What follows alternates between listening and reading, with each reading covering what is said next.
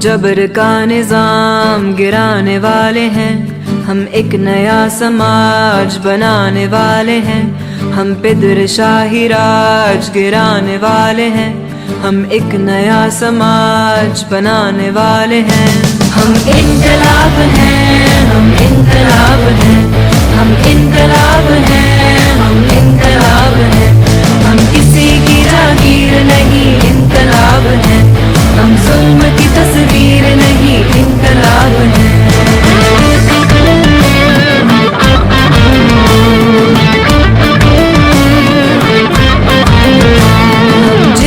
जागीर को भी ढाने वाले हैं, औरत की आजादी का अलम लाने वाले हैं। घर बाहर की तकसीम को रद्द करने वाले हैं, मेहनत के नए कायदे बनाने वाले हैं। हम इनकलाब हैं, हम इनकलाब हैं, हम इनकलाब हैं, हम इनकलाब हैं।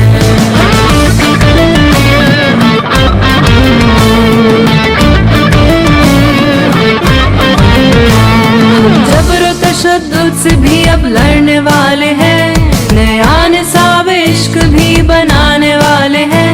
जिस छत के नीचे कातिल साथ रहते हों, अब उन छतों को हम गिराने वाले हैं। हम इनकलाब हैं, हम इनकलाब हैं, हम इनकलाब हैं, हम इनकलाब हैं। हम किसी की जागीर नहीं, इनकलाब है। हम जुल्म की तस्वीर नहीं, इनकलाब है।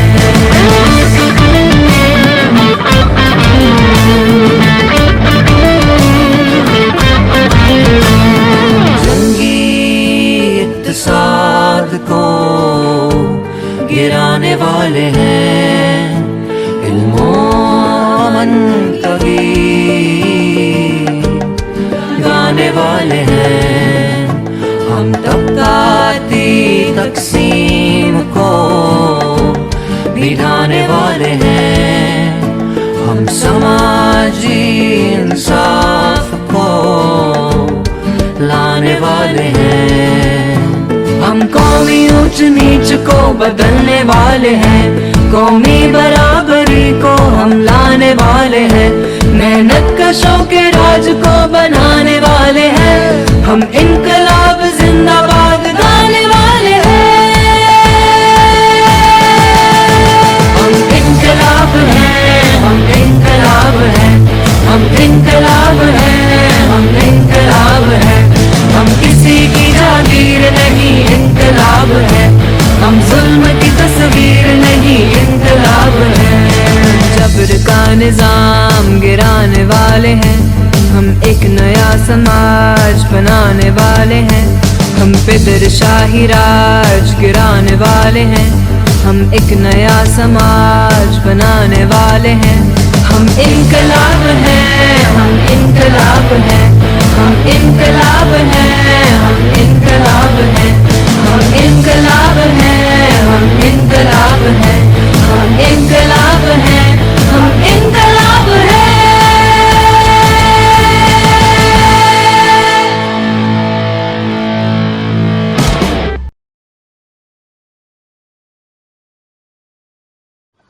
ஓம் சாந்தி. அவ்வியக்தவாணி பட்டியில் இன்னைக்கு 103வது நாள், டே 103. அவ்வியக்தவாணியோட date 3/4/83. Twinkle twinkle little star.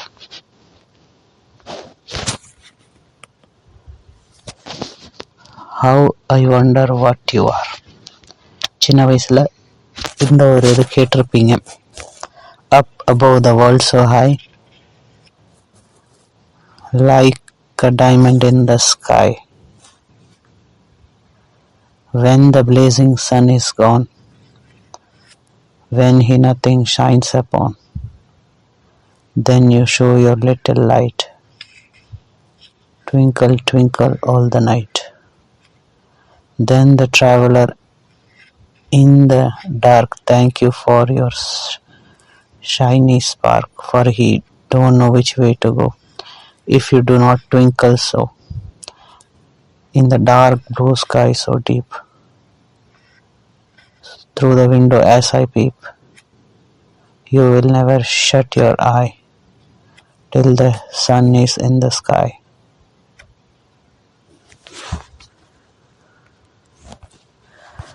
So இந்த பாட்டு வந்து நம்ம சின்ன இதில் கேட்டிருப்போம். ட்விங்கிள் ட்விங்கிள் லிட்டில் ஸ்டார் வந்து மேகத்தில் அந்த மாதிரி ஜொலிக்குது. ஒரு வைரம் போல் இந்த ஸ்கைக்கு மேலே, ஆகாயத்துக்கும் மேலே வந்து ஒரு வைரம் போல் ஜொலிக்குது. அது எப்போ ஜொலிக்குதுன்னா சூரியன் அஸ்தமனம் ஆனதுக்கப்புறம் இந்த இது ஜொலிக்குது. அதனால அந்த டிராவலருக்கு வழி கிடைக்குது. ஒருவேளை நீ இல்லைன்னா அவருக்கு பாதை தெரிஞ்சிருக்காது இந்த இருட்டில். ஸோ நீ யாருன்னு எனக்கு தெரியல, ஆனால் இருந்தாலும் நீ வந்து நல்லா ஜொலிக்கிற, லிட்டில் ஸ்டார் ஜொலிக்கிற அப்படின்னு. இந்த ஸ்டார் வந்து ஜொலிக்குது. ஆனால் அது என்ன, அந்த ஸ்டார் என்ன, எங்கே இருக்கு, இது வந்து ஒரு அதிசயமான விஷயம்தான். அது வந்து ஒரு ஆர்வத்துக்கான விஷயம். இது வரைக்கும்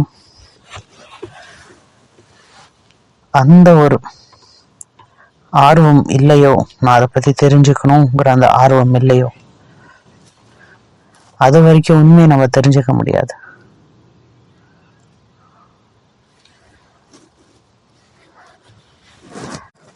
சர்ப்ரைஸ் மற்றும் வண்டர், இந்த ரெண்டு வேர்ட்லயும் ரொம்ப பெரிய வித்தியாசம் இருக்கு.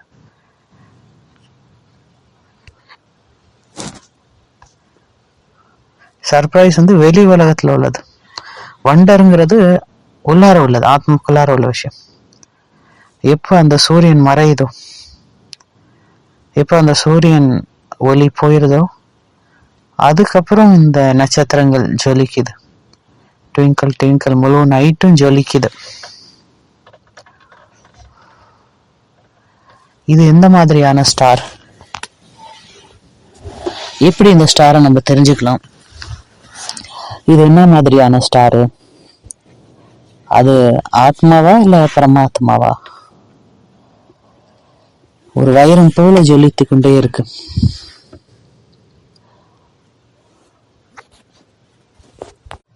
ஒரு குறுகிய விஷனோட, ஒரு குறுகிய புத்தியோட, ஒரு குறுகிய பார்வையோட அந்த பேஹத், அந்த அன்லிமிட்டட நம்ம தெரிஞ்சுக்க முடியாது.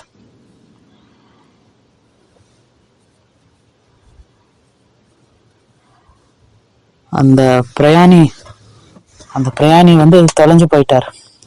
அந்த நட்சத்திரம் தான் அவருக்கு வழி காமிக்குது. அந்த பிரயாணிக்கு, அந்த டிராவலருக்கு அந்த நட்சத்திரம் தான் வழி காமிக்குது. ஒரு குழந்தை ஒரு படம் வரைஞ்சிட்டு இருந்தது, ஒரு பிக்சர் வரைஞ்சிட்டு இருந்தாங்க. அவங்க அப்பா வந்து கேட்டாங்களா, நீ என்ன வரைகிறப்பா அப்படின்னு. இப்போ அந்த குழந்தை சொன்னதான், நான் இறைவனோட பிக்சர் வரைகிறேன் அப்படின்னு. அப்போ அவங்க அப்பா கேட்டாங்களா, யாருமே கடவுளை பார்க்கலையே,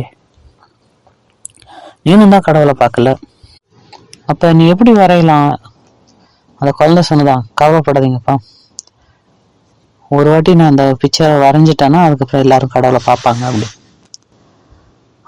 அந்த குழந்தைங்களுக்கு வந்து ஒரு இலூஷன்ல இருக்கான். அது வந்து நான் இறைவனோட பிக்சரை வரையலாம் அப்படின்னு, அதுக்கு ஒரு இலூஷன். ஸோ அந்த மாதிரி எல்லாருக்கும் ஒரு இலூஷன் இருக்கு. அதாவது நான் வந்து கடவுளை தெரிஞ்சுக்கிட்டேன், அதாவது நம்ம வந்து இறைவனை வந்து ஒரு பிக்சர்லயோ இல்லை டிரான்ஸ்லைட்லயோ அதுல கேப்சர் பண்ண முடியாது. அவரு சமயக்கு அப்பாற்பட்டவர், ஸ்பேஸ்க்கு அப்பாற்பட்டவர்.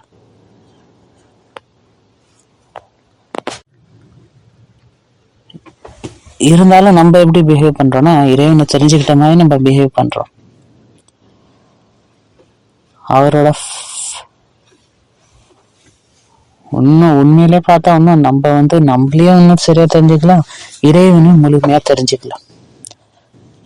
அவர் அன்லிமிட்டட், பேஹத்.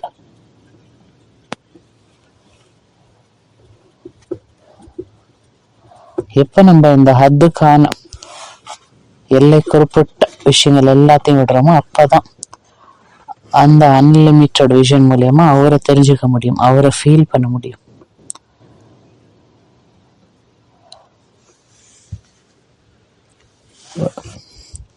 ஒரு மாஸ்டர் வந்து சிஷ்யர்கிட்ட கேட்குறாங்க, எவ்வளோ நீங்கள் கடவுளை தெரிஞ்சிருக்கீங்க? அந்த சிஷ்யர் சொன்னாங்கன்னா, எனக்கு இறைவனை பற்றி எல்லாமே தெரியும். இப்போ அந்த மாஸ்டர் கேட்டாரா, அந்த மாஸ்டர் சொன்னாரா, கடவுளுக்கே கடவுளை பற்றி முழுமையாக தெரியாது அப்படின்னு.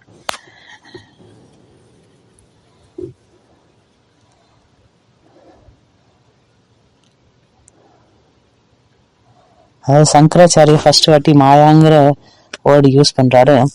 அது வரைக்கும் எங்கேயுமே மாயாங்கிற வார்த்தை வந்து யூஸ் பண்ணதில்லை. சங்கராச்சாரியருக்கு முன்னாடி மாயாங்கிற வார்த்தை எங்கேயும் யூஸ் பண்ணதில்லை. அவரு தான் இந்த வேர்டை யூஸ் பண்ணாரு. அவர் என்ன சொல்ல வர்றன்னா, மாயானா ஒரு இலூஷன் மாதிரி. அதுக்கப்புறம் இந்த வேர்டை தவறா யூஸ் பண்ண ஆரம்பிச்சிட்டாங்க. அதை வந்து ஒரு இலூஷனா புரிஞ்சுக்கிட்டாங்க. அது வந்து ஒரு, அதாவது ரூம்ல கயிறு இருக்கான்னு நீங்க வந்து அதை பாம்புன்னு புரிஞ்சுக்கிறீங்க. ஆனா அதுக்கு முன்னாடி 8th centuryல மாயாங்கிற வார்த்தை எதுக்காக யூஸ் பண்ணாங்கன்னா, இந்து லிட்ரேச்சர்ல யூஸ் பண்ணிக்கிறாங்க. இந்து லிட்ரேச்சர்ல அதை டிரான்சிட்டரிக்காக யூஸ் பண்ணியிருக்காங்க. அதுக்கப்புறம் லேட்டர் ஆன் என்ன ஆயிருக்குன்னா, அது என்னன்னு புரிஞ்சுக்கிட்டாங்கன்னா, அது ஒரு இலூஷன் புரிஞ்சுக்கிட்டாங்க. அதுக்கப்புறம் அதை வந்து மாயா வந்து பெண்களுக்காக நகைக்காக யூஸ் பண்ண ஆரம்பிச்சிட்டாங்க. அதுக்கப்புறம் விகாரத்துக்காக அதை மாயா யூஸ் பண்ண ஆரம்பிச்சிட்டாங்க அந்த வேர்டு. அதுக்கப்புறம் அதை வந்து நெகட்டிவ் ஃபோர்ஸஸ்க்காக, சேட்டன் அதுக்காகலாம் யூஸ் பண்ண ஆரம்பிச்சிட்டாங்க. ஸோ அது விகாரமாக இருக்கலாம், வயசாக இருக்கலாம், இலூஷனாக இருக்கலாம். அது வந்து ஒரு இன்விசிபிள் ஃபோர்ஸ். அது நம்மளை ட்ராப் பண்ணிடுது, ஒரு இலூஷன் கிரியேட் பண்ணிடுது. நம்ம முழுமையா மாட்டிக்கிற வரைக்கும் தெரியவே மாட்டேங்குது. இது எப்படி இருக்குன்னா, யாரோ ஒருத்தங்க கேட்குறாங்க, நான் வந்து டிவியில ஒரே ஒரு சீரியல் மட்டும் பார்த்துக்கிறேன், ஒரே ஒரு எபிசோடு மட்டும் பார்த்துக்கிறேன்னு சொல்றாங்க. ஆனால் பார்க்க ஆரம்பிச்சதுக்கப்புறம் 10 எபிசோடு பார்க்க ஆரம்பிச்சிடறாங்க. ஏன்னா பார்க்கும்போது ஒரு இலூஷன், ஒரு அட்ராக்ஷன் வருது, ஒரு கியூரியாசிட்டி வருது. அதுக்கப்புறம் என்ன ஆகுது, உங்களுக்கு தெரியுது நான் ட்ராப் ஆயிட்டேன்னு. எப்போ நம்ம புரிஞ்சுக்கிறோமோ அது இலூஷன், அப்போ ஆல்ரெடி ட்ராப் ஆயிட்டோம்.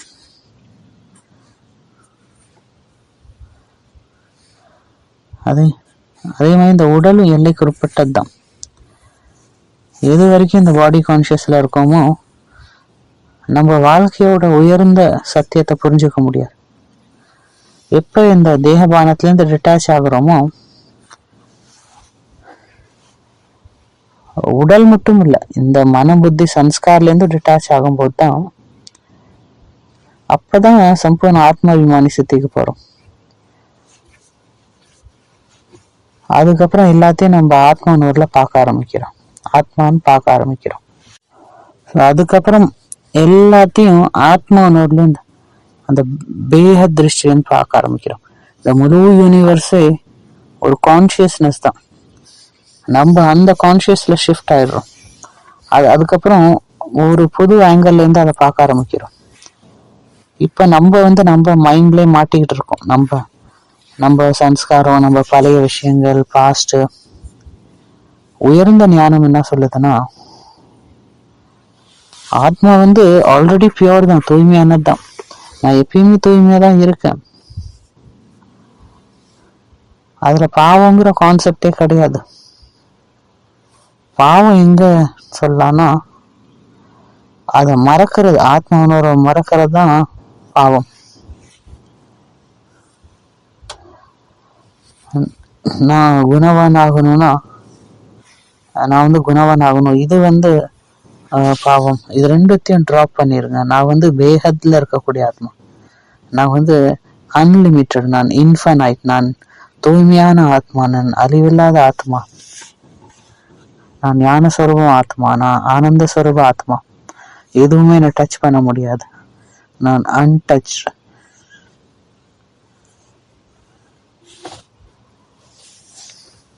ஸோ அதனால அந்த மாதிரி அன்லிமிட்டட் கான்சியஸ்னஸ்ல இருக்கணும். அதுதான் என்னோட உண்மையான குணம். பாபா என்ன சொல்றாருன்னா, ஆத்மாக்குள்ளார 3 சக்தி இருக்கு, மனம், புத்தி, சன்ஸ்காரம். அதே நேரத்துல பாபா இதுவும் சொல்றாரு, நீங்க மனம், புத்தி, சன்ஸ்காருக்கு ராஜாவா இருக்கணும். அப்பனா மனம், புத்தி, சன்ஸ்கார் டிஃப்ரெண்ட், ராஜா நீங்க டிஃப்ரெண்ட். நீங்க தான் ராஜா. இப்ப நான் மனம், புத்தி, சன்ஸ்கார் கிடையாது. இன்னொரு முடிவு பாபா என்ன சொல்றாரு, இந்த சன்ஸ்கார் என்னோடது அப்படின்னு சொல்றது அது உங்களோடது கிடையாது, அது ராவனோட ப்ராப்பர்ட்டி. ஸோ மறுபடியும் நம்ம அந்த வேஹத் கான்சியஸ்ல வந்துடணும். எப்ப நம்ம தேகபான கம்ப்ளீட்டா டிட்டாச் பண்றோமோ அப்ப உயர்ந்த ஸ்டேட்டியோட கனெக்ட் ஆக ஆரம்பிச்சிடும். அதுக்கப்புறம் ஞானம் உங்கள்கிட்ட ஆட்டோமேட்டிக்கா வரும். நீங்க புக்கு படிக்கணும்னு அவசியம் இல்லை. நீங்க சோல் கான்சியஸ் பிராக்டிஸ் பண்ண பண்ண பண்ண அது உங்களை அந்த வேகத்துல கொண்டு போகும், யூனிவர்சல் கான்சியஸ்னஸ். அப்புறம் உங்களுக்கு யூனிவர்ஸ்ல இருந்து ஞானம் கிடைக்கும். யூனிவர்ஸ் ஒரு ஸ்டோர் ஹவுஸ். அந்த பிராணிக் ரெக்கார்ட்ஸ்ல இருந்து உங்களுக்கு ஞானம் கிடைக்க ஆரம்பிச்சிடும். ஏன்னா எல்லாமே ஆத்மாக்குள்ளார தான் இருக்கு, ஆல்ரெடி ரெக்கார்டடா இருக்கு அதுல ஆத்மாக்குள்ளார. ஸோ இன்னைக்கு அவைத்தவனில பாபா அதை தான் சொல்றாரு, வேகத்துல இருங்க. ஃபர்ஸ்ட் அண்ட் லாஸ்ட் சாப்டர் என்னன்னா, ஃபர்ஸ்ட் அண்ட் லாஸ்ட் எஃபர்ட் என்னன்னா வேகத் ஸ்திதியில இருக்கிறது, எப்பயுமே இந்த ஏக்கர ஸ்திதியில இருக்கிறது. அப்ப நீங்க எல்லாமே என்னுடையவங்கன்னு பாக்குறீங்க, எல்லாருமே என்னுடையவங்கன்னு ஃபீல் பண்ண ஆரம்பிக்கிறீங்க. ஆனா அதே நேரத்தில் நீங்க டிட்டாச்சாவும் இருக்கீங்க, இன்னொரு பக்கம் கருணையின் கடலாவும் இருக்கிறீங்க. ஏன்னா நீங்க எல்லாரையும் ஆத்மான்னு பார்க்க ஆரம்பிக்கிறீங்க. ஸோ அதனால அதுக்கப்புறம் உயிரில்லாத பொருள் மேல கூட உங்களுக்கு ஒரு கருணை வருது. அது மரங்களா இருக்கலாம், சின்ன கல்லா இருக்கலாம், பூமியா இருக்கலாம், 5 தத்துவங்களா இருக்கலாம். எதையும் நீங்க தேவையில்லாம வேஸ்ட் பண்றது. அது உயர்ந்த ஸ்திதி. இந்த உயர்ந்த ஸ்திதியில சோல் ரொம்ப உயர்ந்த ஸ்டேஜ்ல இருக்கு. அச்சலோடலா இருக்கீங்க, தேகதா இருக்கீங்க. என்ன விஷயம் நடந்தாலும் அத நீங்க அது ஒரு டிராமான்னு சாட்சியா இருந்து பாக்குறீங்க. உங்களுக்கு அதுக்கப்புறம் டிராமால எந்த ப்ராப்ளமும் இல்லை, நீங்க அதை என்ஜாய் பண்ண ஆரம்பிக்கிறீங்க. அதுக்கப்புறம் நீங்க எதுலயும் குத்தம் குறை கண்டுபிடிக்கிறது இல்லை. நீங்க ஆடியன்ஸா இருந்து இந்த டிராமாவை சாட்சியா பார்க்க ஆரம்பிக்கிறீங்க, இந்த விளையாட்டை பார்க்க ஆரம்பிக்கிறீங்க. ஸோ அதனால அந்த அன்லிமிட்டட் ஃபாதர் வந்திருக்காரு, அந்த அன்லிமிட்டட் குழந்தைங்களை பார்க்க வந்திருக்காங்க, அவரோட பேஹத் வீட்டுக்கு வந்திருக்காரு.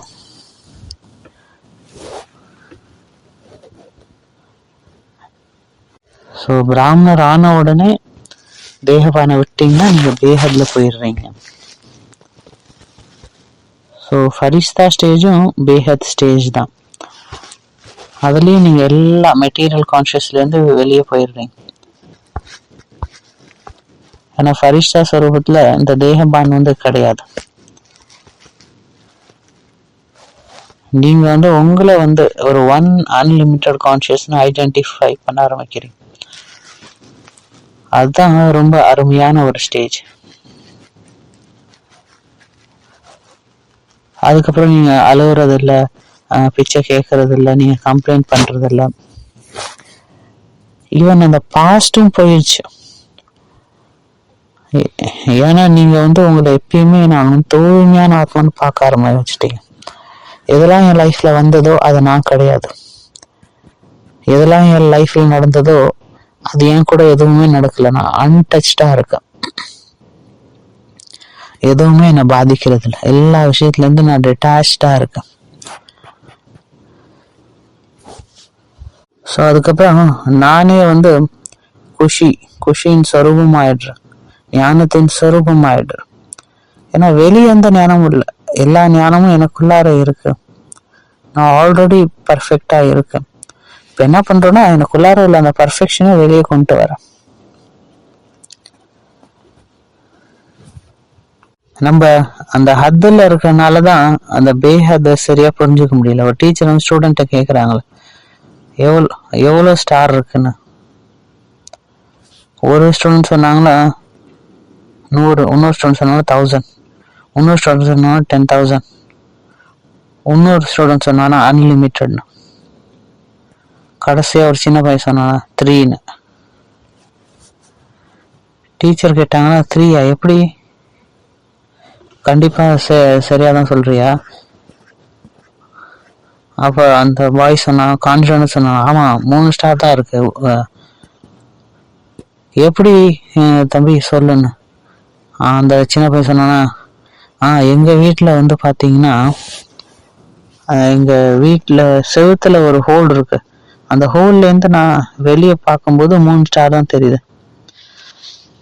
அப்போ இதை வச்சு நான் புரிஞ்சுக்கிட்டேன், 3 ஸ்டார் தான் இருக்குன்னு. ஸோ அதனால அது டிபெண்ட்ஸ் ஆகுது, நீங்க எங்க இருந்து என்னத்தை பாக்குறீங்க. ஸோ நீங்க எந்த திருஷ்டில இருந்து இந்த உலகத்தை பாக்குறீங்க. ஸோ இறைவன் வந்து பேஹத்ல இருக்காரு. இப்ப நீங்க எங்க இருக்கீங்க, அது எதுல டிபெண்ட் ஆகும்னா நீங்க எந்த ஸ்திதியில இருக்கீங்க.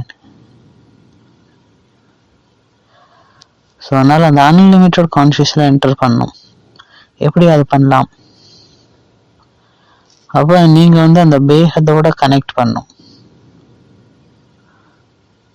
அப்ப இயற்கையும் ஒரு நல்ல பேஹத்ல போறதுக்கான ஒரு இடம். ஸோ ஒரு நதிக்கரை பக்கத்துல போய் நில்லுங்க, மலை பக்கத்துல போய் நில்லுங்க, அதை பாருங்க, அதை விஷுவலைஸ் பண்ணுங்க, அதை பத்தி திங்க் பண்ணுங்க, அதை பத்தி எழுதுங்க, அதை பத்தி மெடிடேட் பண்ணுங்க. எவ்வளோ வந்து வாஸ்டா இருக்கு எல்லா விஷயங்களும். அதே மாதிரி நானும் வாஸ்டா இருக்கேன், பறந்து விரிஞ்சு அன்லிமிட்டடா பேஹத்ல இருக்கேன். ஸோ இது முரளியில பாபா இந்த விஷயத்த நிறைய வாட்டி சொல்லியிருக்காங்க. அது மாதிரி வெளி உலகத்துலயும் இந்த விஷயங்கள் வந்து நிறைய இடத்துல சொல்லியிருக்காங்க. ஸோ இன்னைக்கு டாஸ்க் என்னன்னா, நீங்க வந்து அந்த மாதிரி விஷயங்கள் கண்டுபிடிக்கணும். சில வேற வேற ஸ்கிரிப்சர்ஸ்ல இருந்து பேஹதுக்கான அந்த விஷயங்களை கண்டுபிடிக்கணும். இப்போ கீதா பைபிள்ல எல்லாம் என்ன சொல்லியிருக்காங்களோ அதை வந்து நீங்க கண்டுபிடிக்கணும். ஸோ எல்லா ரிலிஜன், எல்லா ஸ்கிரிப்சர், எல்லா ஆன்மீக விஷயம் பார்த்தும் வந்து ஹையர் கான்சியஸ் பத்தி சொல்லியிருக்காங்க. இஸ்லாம்ல உயர்ந்த ஸ்டேஜ் ஃபனான்னு சொல்றாங்க. ஸோ எல்லா தர்மத்திலும் அந்த உயர்ந்த ஸ்திதி பத்தி பேசுறாங்க. அந்த உயர்ந்த ஸ்டேஜ் நிர்விகல்ப சமாதி, அந்த உயர்ந்த ஸ்டேஜ் வந்து அவதூத்துன்னு சொல்றாங்க. அந்த உயர்ந்த ஸ்டேஜ் வந்து ஜீவன் முக்தின்னு கூட சொல்றாங்க சிக்கிசம்ல. எல்லா தர்மம், எல்லா ரிலீஜன்லயும் இந்த விஷயம் சொல்லியிருக்காங்க. புத்திசத்துல அரிஹந்த்னு சொல்றாங்க அந்த உயர்ந்த ஸ்டேஜ்.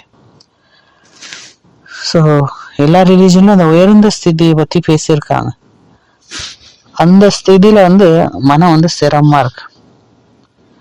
அந்த ஸ்திதியில ஒரு மனுஷன் வந்து டோட்டலி ஃப்ரீயா இருக்கான். எல்லா விஷயத்துல இருந்தும் அவன் ஃப்ரீயா இருக்கான். எல்லா உலகாத விஷயங்கள்ல இருந்து அவன் ஃப்ரீயா இருக்கான். அந்த ஸ்டேஜ்ல வந்து நம்ம அன்லிமிட்டட் கான்சியஸ்ல இருக்கோம். ஸோ அதனால அதெல்லாம் நம்ம வந்து கண்டுபிடிக்கணும். அதுதான் இன்னைக்கு உள்ள ஹோம்ஒர்க். அப்புறம் பாபா வந்து இன்னைக்கு மாதாஸ் பத்தி சொல்றாங்க. நீங்க வந்து விஸ்வ கல்யாண்காரி, நீங்க தான் கௌமுக், நீங்க தான் குருக்கள். பாபா வந்து அவங்களுக்கு சல்யூட் அடிக்கிறார். நீங்க வந்து ஜெகத் மாதா. எல்லா வேர்ட்ஸும் நீங்க ஒன்னா போட்டு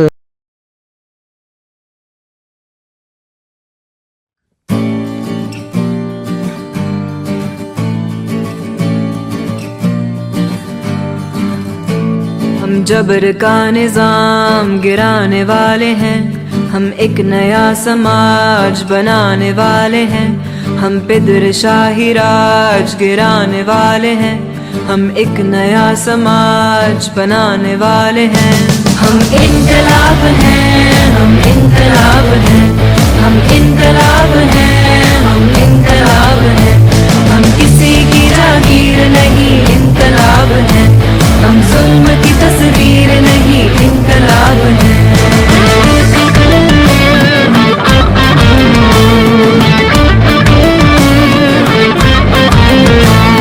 जिरगांव जागीर को भी ढाने वाले हैं, औरत की आजादी का अलम लाने वाले हैं। घर बाहर की तकसीम को रद्द करने वाले हैं, मेहनत के नए कायदे बनाने वाले हैं। हम इनकलाब हैं, हम इनकलाब हैं, हम इनकलाब हैं, हम इनकलाब हैं।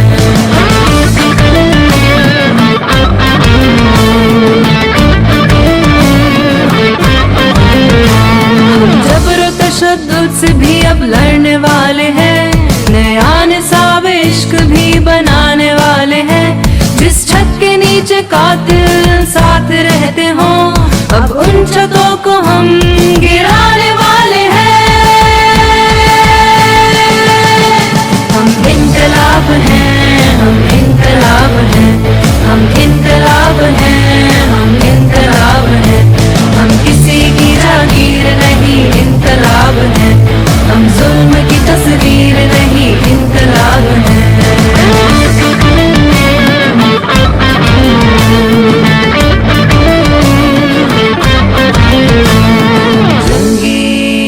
इत्तेसाद को गिराने वाले हैं, इल्मोमन कभी गाने वाले हैं। हम तबकाती तकसीम को मिटाने वाले हैं, हम समाजी इंसाफ को लाने वाले हैं। हम कौमी ऊंच नीच को बदलने वाले हैं, कौमी बराबरी को हम लाने वाले हैं। मेहनत कशों के राज को बनाने वाले हैं, हम इनकलाब जिंदाबाद गाने वाले हैं। हम इनकलाब हैं, हम इनकलाब हैं, हम इनकलाब हैं, हम इनकलाब हैं। हम किसी की जागीर नहीं, इनकलाब है। हम जुल्म की तस्वीर नहीं, इनकलाब है। जबर का निजाम गिराने वाले हैं, हम एक नया समाज बनाने वाले हैं। हम पे शाही राज गिराने वाले हैं, हम एक नया समाज बनाने वाले हैं। हम इनकलाब हैं, हम इनकलाब हैं, हम इनकलाब हैं, हम इनकलाब हैं।